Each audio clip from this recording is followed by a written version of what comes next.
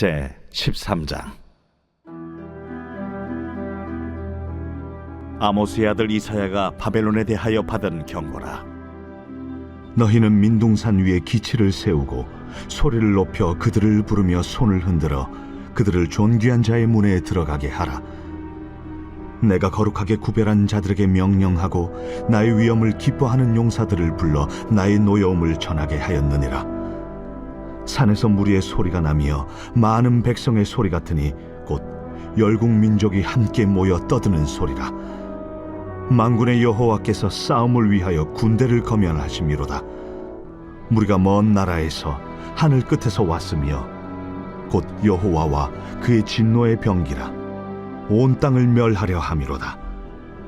너희는 애곡할지어다. 여호와의 날이 가까웠으니 전능자에게서 멸망이 임할 것이미로다. 그러므로 모든 손에 힘이 풀리고 각 사람의 마음이 녹을 것이라. 그들이 놀라며 괴로움과 슬픔에 사로잡혀 해산에 임박한 여자같이 고통하며 서로 보고 놀라며 얼굴이 불꽃 같으리로다. 보라, 여호와의 날 곧 잔혹히 분냄과 맹렬히 노하는 날이 이르러 땅을 황폐하게 하며 그 중에서 죄인들을 멸하리니 하늘의 별들과 별 무리가 그 빛을 내지 아니하며 해가 돋아도 어두우며 달이 그 빛을 비추지 아니할 것이로다. 내가 세상의 악과 악인의 죄를 보라며 교만한 자의 오만을 끊으며 강포한 자의 거만을 낮출 것이며 내가 사람을 순금보다 희소하게 하며 인생을 오빌의 금보다 희귀하게 하리로다. 그러므로 나 만군의 여호와가 분하여 맹렬히 노하는 날에 하늘을 진동시키며 땅을 흔들어 그 자리에서 떠나게 하리니 그들이 쫓긴 노루나 모으는 자 없는 양같이 각기 자기 동족에게로 돌아가며 각기 본향으로 도망할 것이나 만나는 자마다 창에 찔리겠고 잡히는 자마다 칼에 엎드려지겠고 그들의 어린 아이들은 그들의 목전에서 메어침을 당하겠고 그들의 집은 노략을 당하겠고 그들의 아내는 욕을 당하리라.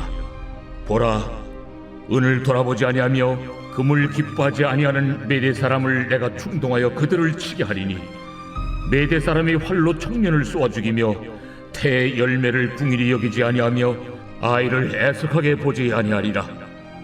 열국의 영광이요 갈대아 사람의 자랑하는 노리개가 된 바벨론이 하나님께 멸망당한 소돔과 고모라같이 되리니 그곳에 거주할 자가 없겠고 거처할 사람이 대대에 없을 것이며 아라비아 사람도 거기에 장막을 치지 아니하며 목자들도 그곳에 그들의 양떼를 쉬게 하지 아니할 것이요 오직 들짐승들이 거기에 엎드리고 부르짖는 짐승이 그들의 가옥에 가득하며 타조가 거기에 깃들며 들량이 거기에서 뛸 것이요 그의 궁성에는 승냥이가 부르짖을 것이요 화려하던 궁전에는 들깨가 울 것이라. 그의 때가 가까우며 그의 날이 오래지 아니하리라.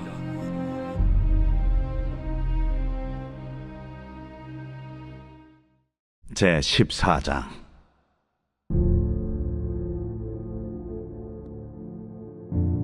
여호와께서 야곱을 긍휼히 여기시며 이스라엘을 다시 택하여 그들의 땅에 두시리니 나그네 된 자가 야곱 족속과 연합하여 그들에게 예속될 것이며 민족들이 그들을 데리고 그들의 본토에 돌아오리니 이스라엘 족속이 여호와의 땅에서 그들을 얻어 노비로 삼겠고 전에 자기를 사로잡던 자들을 사로잡고 자기를 압제하던 자들을 주관하리라. 여호와께서 너를 슬픔과 곤고와 및 내가 수고하는 고역에서 놓으시고 안식을 주시는 날에 너는 바벨론 왕에 대하여 이 노래를 지어 이르기를 압제하던 자가 어찌 그리 그쳤으며 강포한 성이 어찌 그리 패하였는고 여호와께서 악인의 몽둥이와 통치자의 귤을 꺾으셨도다. 그들이 분내어 여러 민족을 치되 치기를 맞이 아니하였고 노하여 열방을 억압하여도 그 억압을 막을 자 없었더니 이제는 온 땅이 조용하고 평온하니 무리가 소리 높여 노래하는도다. 향나무와 레바논의 백향목도 너로 말미암아 기뻐하여 이르기를 내가 넘어져 있은즉 올라와서 우리를 베어버릴 자 없다 하는도다. 아래의 수월이 너로 말미암아 소동하여 내가 오는 것을 영접하되 그것이 세상의 모든 영웅을 너로 말미암아 움직이게 하며 열방의 모든 왕을 그들의 왕좌에서 일어서게 하므로 그들은 다 내게 말하여 이르기를 너도 우리같이 연약하게 되었느냐 너도 우리같이 되었느냐 하리로다.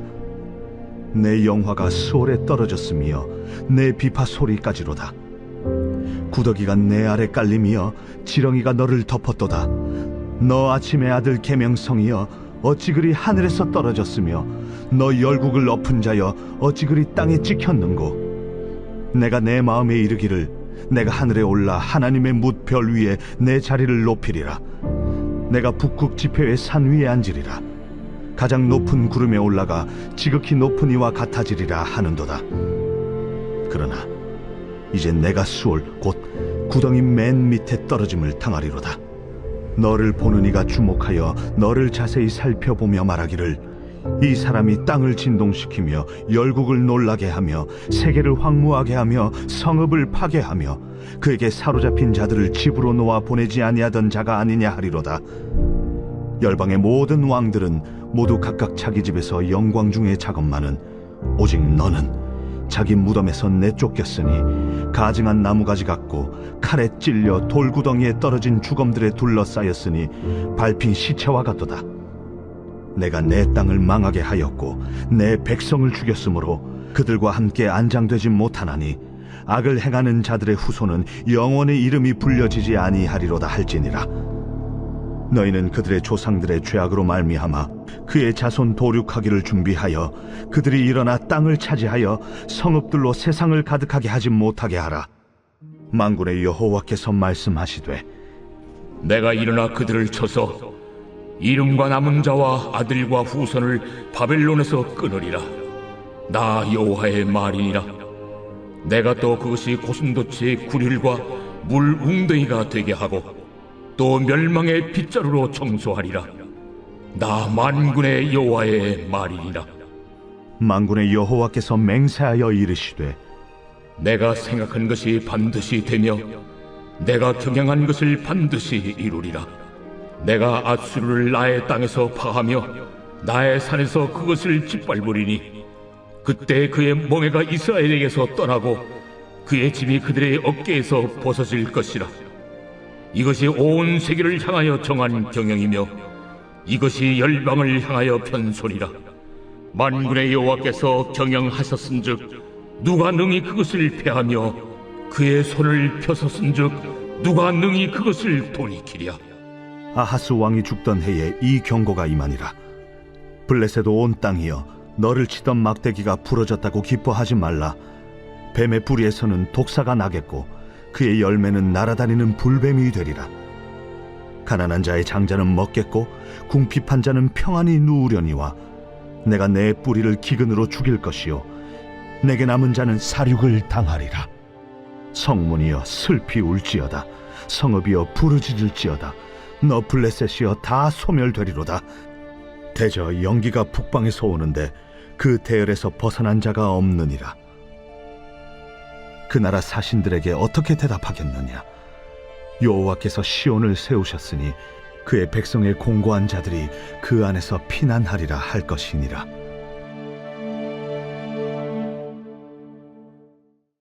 제 15장 모압에 관한 경고라. 하룻밤에 모압 알이 망하여 황폐할 것이며 하룻밤에 모압 기르가 망하여 황폐할 것이라. 그들은 바윗과 디본 산당에 올라가서 울며 모압은 느보와 메드바를 위하여 통곡하는도다. 그들이 각각 머리카락을 밀고 각각 수염을 깎았으며 거리에서는 굵은 배로 몸을 동였으며 지붕과 넓은 곳에서는 각기 애통하여 심히 울며 헤스본과 엘르알레는 부르짖으며 그들의 소리는 야하스까지 들리니 그러므로 모압의 군사들이 크게 부르짖으며 그들의 혼이 속에서 떠는도다. 내 마음이 모압을 위하여 부르짖는도다. 그 피난민들은 소알과 에글닷 슬리시아까지 이르고 울며 루힛 비탈길로 올라가며 호로나임 길에서 패망을 울부짖으니 니므린 물이 마르고 풀이 시들었으며 연한 풀이 말라 청청한 것이 없음이로다. 그러므로 그들이 얻은 재물과 쌓았던 것을 가지고 버드나무 시내를 건너리니 이는 곡성이 모압 사방에 둘렸고 슬피 부르짖음이 에글라임에 이르며 부르짖음이 브에렐림에 미치며 디몬 물에는 피가 가득함이로다. 그럴지라도 내가 디몬의 재앙을 더 내리되 모압의 도피한 자와 그 땅에 남은 자에게 사자를 보내리라. 제 16장. 너희는 이 땅 통치자에게 어린 양들을 들이되 셀라에서부터 광야를 지나 딸시온 산으로 보낼지니라. 모압의 딸들은 아르논 나루에서 떠다니는 새 같고 보금자리에서 흩어진 새 새끼 같을 것이라.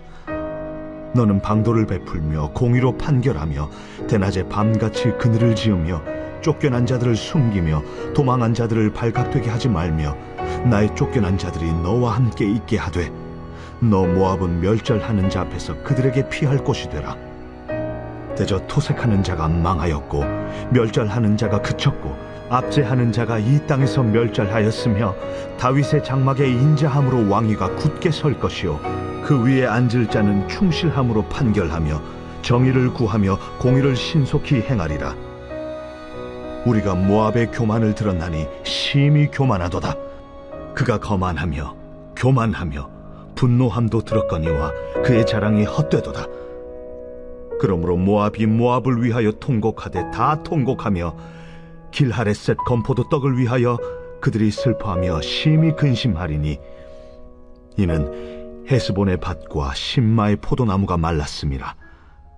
전에는 그 가지가 야셀에 미쳐 광야에 이르고 그 싹이 자라서 바다를 건넜더니 이제 열국의 주권자들이 그 좋은 가지를 꺾었도다. 그러므로 내가 야셀의 울음처럼 신마의 포도나무를 위하여 울리라. 헤스본이여, 엘르알레여, 내 눈물로 너를 적시리니 너의 여름 실과 내 농작물의 즐거운 소리가 그쳤음이라. 즐거움과 기쁨이 기름진 밭에서 떠났고 포도원에는 노래와 즐거운 소리가 없어지겠고 틀에는 포도를 밟을 사람이 없으리니 이는 내가 즐거운 소리를 그치게 하였음이라. 이러므로 내 마음이 모압을 위하여 수금같이 소리를 바라며 내 창자가 길하레셋을 위하여 그러하도다. 모압이 그 산당에서 피곤하도록 봉사하며 자기 성소에 나아가서 기도할지라도 소용없으리로다. 이는 여호와께서 오래전부터 모압을 들어 하신 말씀이거니와 이제 여호와께서 말씀하여 이르시되 품꾼에 정한 해와 같이 3년 내에 모압의 영화와 그 큰 무리가 능욕을 당할지라. 그 남은 수가 심히 적어 보잘것없이 되리라.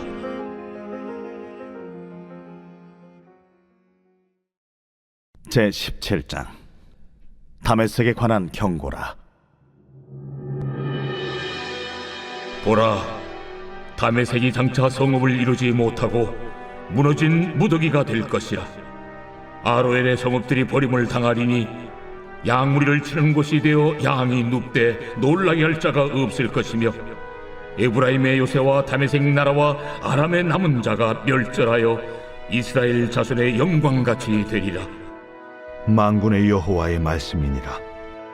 그날에 야곱의 영광이 쇠하고 그의 살진 몸이 파리하리니 마치 추수하는 자가 곡식을 거둬가지고 그의 손으로 이삭을 벤 것 같고 르바임 골짜기에서 이삭을 주운 것 같으리라. 그러나 그 안에 주울 것이 나무리니 감람나무를 흔들 때에 가장 높은 가지 꼭대기에 과일 2-3개가 남음 같겠고 무성한 나무의 가장 먼 가지에 4-5개가 남음 같으리라. 이스라엘의 하나님 여호와의 말씀이니라. 그날에 사람이 자기를 지으신 이를 바라보겠으며 그의 눈이 이스라엘의 거룩하신 이를 뵙겠고 자기 손으로 만든 제단을 바라보지 아니하며 자기 손가락으로 지은 아세라나 태양상을 보지 아니할 것이며 그날에 그 견고한 성읍들이 옛적의 이스라엘 자손 앞에서 버림받은 수풀 속의 처소와 작은 산 꼭대기의 처소 같아서 황폐하리니 이는 내가 내 구원의 하나님을 잊어버리며 내 능력의 반석을 마음에 두지 아니한 까닭이라. 그러므로 내가 기뻐하는 나무를 심으며 이방의 나무 가지도 이종하는도다.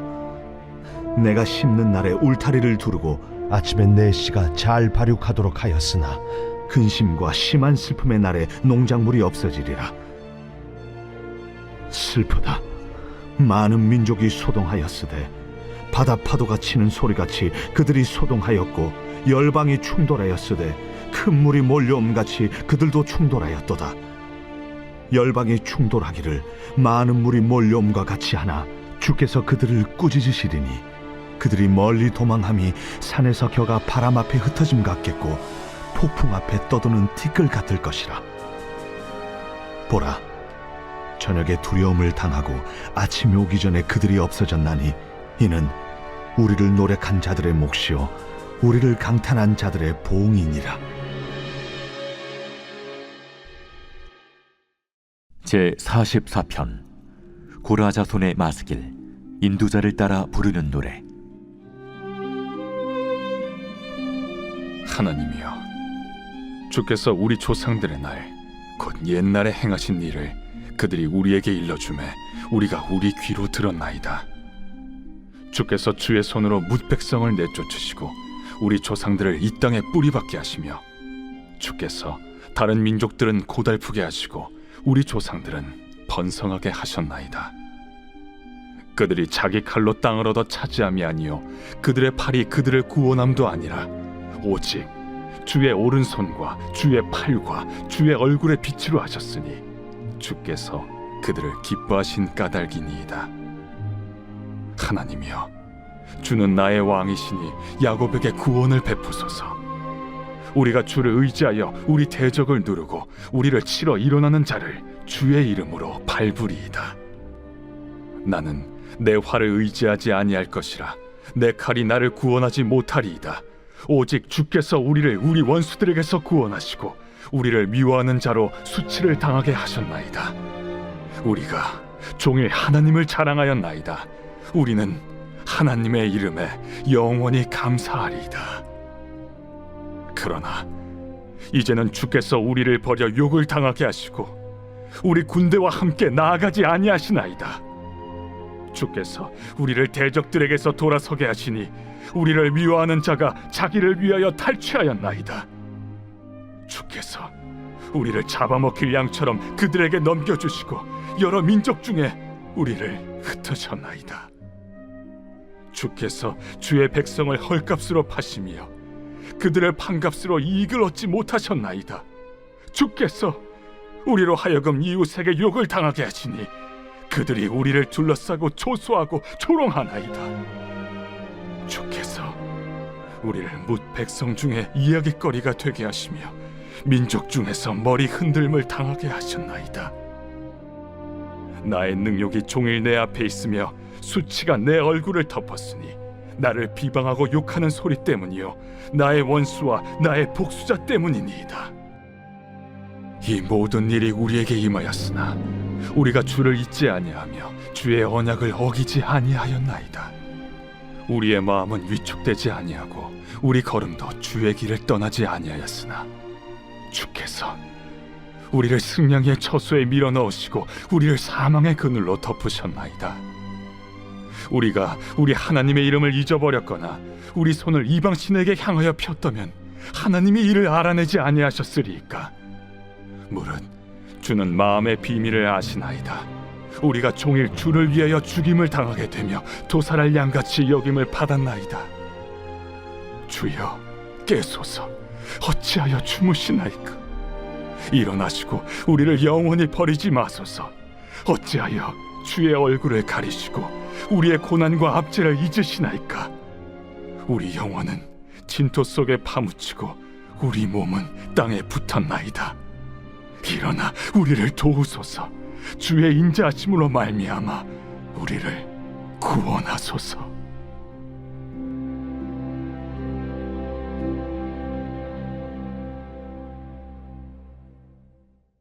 오늘 우리가 은혜받을 하나님 말씀은 이사야서 14장 24절로 27절까지 말씀입니다. 만군의 여호와께서 맹세하여 이르시되 내가 생각한 것이 반드시 되며 내가 경영한 것을 반드시 이루리라. 내가 아수르를 나의 땅에서 파하여 나의 산에서 그것을 짓밟으리니 그때 그의 멍에가 이스라엘에서 떠나고 그의 짐이 그들의 어깨에서 벗어질 것이라. 이것이 온 세계를 향하여 정한 경영이며 이것이 열방을 향하여 편 손이라 하셨나니 만군의 여호와께서 경영하셨은즉 누가 능히 그것을 패하며 그의 손을 펴셨은즉 누가 능히 그것을 돌이키랴. 아멘. 오늘 설교 제목은 신앙생활을 연애하듯 하지 마세요입니다. 여러분은 자만추라는 단어를 아십니까? 아마 줄임말을 어려워하는 어른들도 이 자만추라는 말은 알고 계실 겁니다.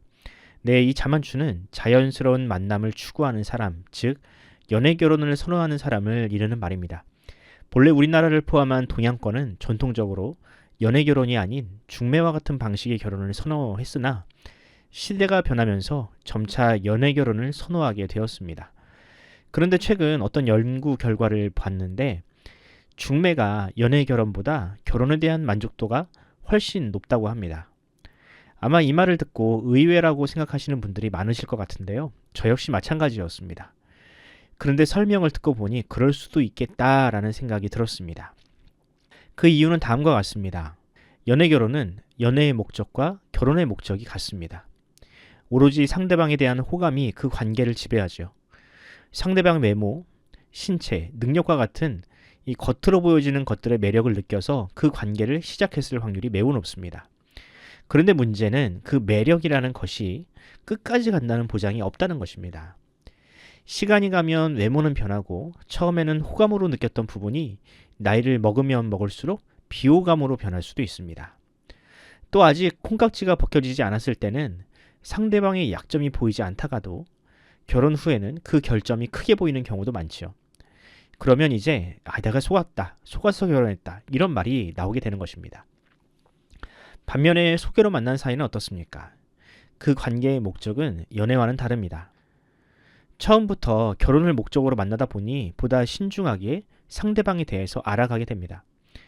콩깍지가 아닌 현미경을 쓰고 상대방을 보게 되고 집안, 경제력, 성격과 같이 결혼 생활의 중요한 문제들을 꼼꼼하게 따져보게 됩니다. 무엇보다 중매는 상대방에 대한 기대치가 연애 결혼보다는 매우 낮다고 합니다. 처음부터 꼼꼼히 따져보았으니 상대방의 단점을 다 알 것이고 그렇게 단점까지도 인정하고 결혼을 했으니 기대치가 낮았는데 의외로 결혼 이후에는 그 단점이 크게 느껴지지 않아서 결혼 생활에 만족한다는 것이죠. 물론 이런 설명이 모든 결혼에 다 적용되는 것은 아닙니다. 연애 결혼을 했어도 결혼에 대한 만족도가 높은 사람이 있고 중매로 결혼한 이후 그 결혼을 후회하는 경우도 태반입니다. 제가 살아보니 중요한 것은 남자와 여자 모두가 상대방을 존중하고 끝까지 그 결혼에 책임을 지려는 그 마음이 가장 중요하더군요. 제가 왜 갑자기 결혼에 대한 이야기를 하느냐? 이 본문을 묵상하면서 저는 그런 생각을 해보았습니다. 성경은 하나님과 우리의 관계를 남편과 아내로 자주 설명을 하는데 과연 그 결혼은 연애 결혼일까? 중매 결혼일까? 저는 오늘 본문에서 그 힌트가 나온다고 생각을 합니다. 오늘 본문에는 장차 북이스라엘을 멸망시키고 남유다를 끝까지 괴롭히게 될 아수르를 향한 하나님의 심판의 메시지가 담겨 있습니다. 하나님은 장차 하나님의 백성들을 괴롭히던 이 아수르는 패방할 것이며 반드시 그렇게 될 것이라고 예고하셨습니다. 24절과 27절을 제가 한번 읽어드리겠습니다. 만군의 여호와께서 맹세하여 이르시되 내가 생각한 것이 반드시 되며 내가 경영한 것을 반드시 이루리라. 27절입니다. 만군의 여호와께서 경영하셨은즉 누가 능히 그것을 패하며 그의 손을 펴셨은즉 누가 능히 그것을 돌이키랴. 여기 보면 하나님께서 자신의 약속을 강조하시기 위해 몇 가지 표현을 쓰시는데 24절을 보면 맹세하였다. 또 27절을 보면 누가 능히 그것을 돌이키랴라는 표현이 나옵니다. 하나님께서 맹세하신다라는 것은 반드시 그 일이 일어나게 될 것이다 라는 뜻입니다. 이사야의 예언은 당시로서 매우 터무니없는 이야기처럼 들렸을 것입니다.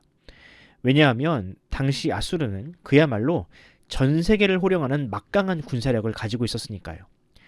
하지만 이 예언이 선포된 지 70년이 지나고 거짓말처럼 아수르는 하루아침에 멸망을 당했습니다. 이처럼 하나님의 말씀은 반드시 성취됩니다. 그리고 성경에서 가장 많이 언급이 되는 말씀과 또한 약속은 바로 믿는 자들을 향한 하나님의 구원 계획이죠. 이사야서 54장 5절을 제가 한번 읽어드리겠습니다. 이는 너를 지으신 이가 내 남편이시라. 그의 이름은 만군의 여호와시며 내 구속자는 이스라엘의 거룩한 이시라. 그는 온 땅의 하나님이라 일컬음을 받으실 것이라. 아멘. 하나님은 자신의 백성들을 향하여 너는 나의 아내고 나는 너희의 남편이다 라고 하십니다. 그리고 하나님은 남편으로서의 자신의 책임을 다할 것이며 잃었던 아내를 반드시 되찾아올 것이다 라고 말씀하고 계십니다. 이 약속을 하신 분은 앗수르에 대한 심판을 예고하시고 또한 이루신 분입니다. 그러므로 이 약속도 반드시 일어날 수밖에 없습니다. 이 약속의 수혜자가 자격이 있는 사람이든 아닌 사람이든 하나님이라는 분을 남편으로 인정하는 사람이든 아니든 이미 하나님께서 선포하셨으니 그 일은 일어날 수밖에 없습니다. 그리고 그 약속은 지금 우리에게도 유효합니다. 하나님은 하나님을 알지도 못하는 우리를 선택하셨습니다. 그리고 우리를 자녀로 또는 아내로 삼으시고 끝까지 책임지시겠다 약속하셨습니다. 하지만 어떤 사람들은 마치 자신이 먼저 하나님을 사랑한 것처럼 그렇게 생각을 합니다. 그래서 마치 자신의 사랑을 하나님께 증명이라도 할 수 있는 것처럼 불타오르는 열정으로 신앙생활을 하고 또 그렇게 하지 않는 사람들을 틀렸다라고 말하는 사람들이 있죠.